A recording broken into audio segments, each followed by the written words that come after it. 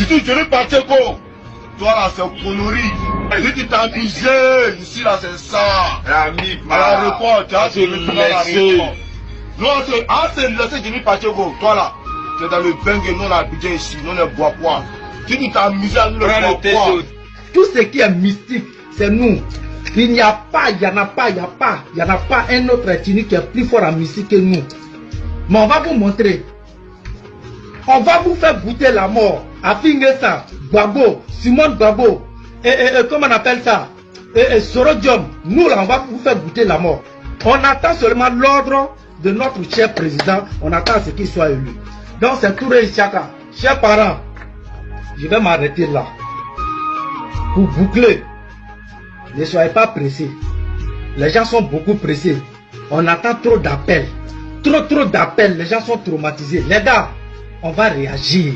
On n'attend pas l'ordre du président Alassane Ouattara.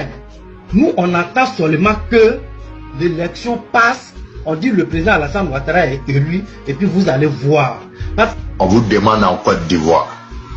Celui qui veut bien mourir ne doit pas sortir la date que les gens de Gbagbo leur ont donnée. Vous savez, nous les guerriers, c'est pas pour te tuer qui fait pitié. Pour te faire souffrir avant de mourir, c'est ça qui fait pitié. Nous, les guerriers de la rue, on a une manière de torpiller une personne avant de le tuer. Vous savez, quand moi j'étais au pays, avant d'achever une personne, j'ai cherché. Voilà. Donc, vous avez écouté, d'accord, les vidéos de ces FRC qui sont actuellement aux affaires en Côte d'Ivoire. Voilà, il y a un qui se faisait appeler à l'époque à chaque arrêt de Ouattao. C'est les éléments de Ouattao là qui ont pris des armes pour me menacer de mort publiquement. La AK n'a pas vu ça à l'époque. L'État de Côte d'Ivoire n'a pas condamné ça à l'époque. Et la première vidéo là a été faite avec Taliban. Il était eux quand ils ont fait la vidéo. Vous comprenez? Mais ça s'est passé en Côte d'Ivoire où un FRC qui est aux affaires actuellement a brandi une arme à feu pour me menacer.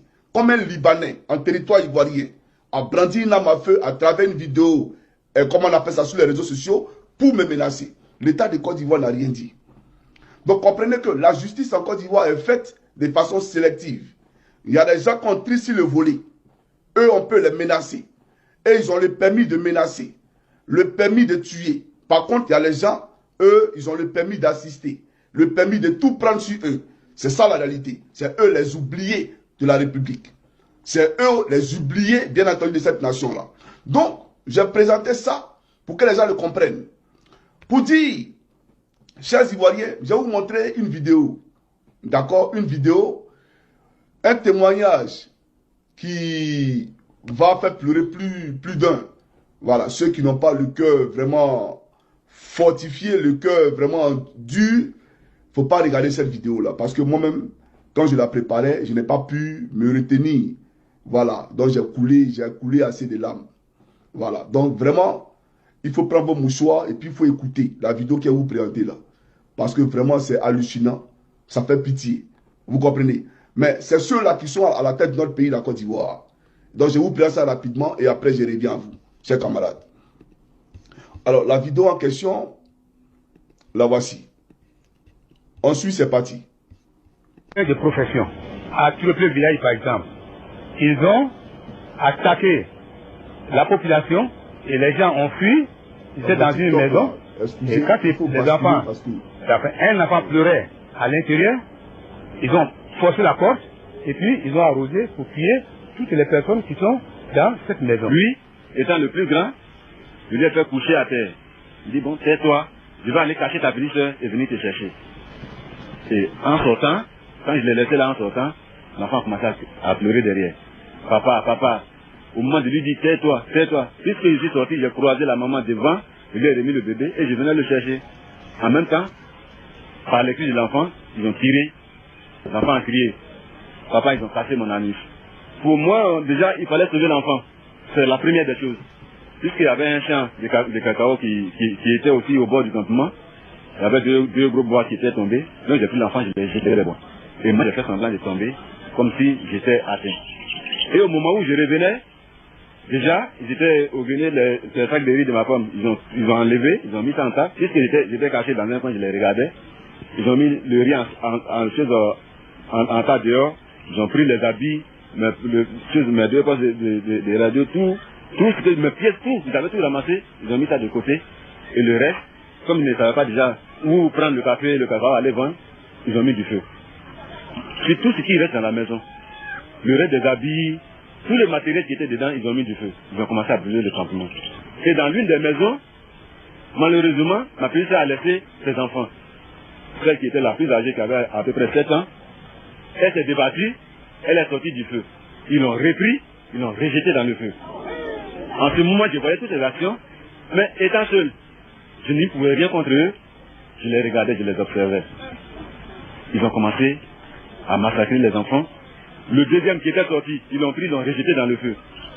Hein? Les 3 enfants, les 2 étaient pour la petite frère, un garçon pour mon petit frère, les 3 enfants sont restés sur le champ. Ils ont attaché le mari. Voilà. Donc, vous avez écouté le premier témoignage de notre père qui vous expliquait avec... je ne sais même pas comment définir cela, mais la cruauté que les rebelles, dont ont fait preuve les rebelles, pour, bien entendu, calciner, tuer des enfants, tuer des femmes à Diokoué. Vous comprenez? Donc, aujourd'hui, je suis plus que choqué quand je prends la parole ici pour m'adresser à vous.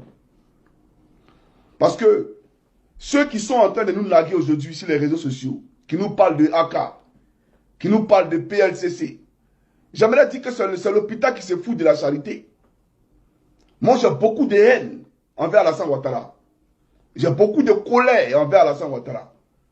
Je suis chrétien, c'est vrai. Mais j'ai beaucoup de colère envers Alassane Ouattara.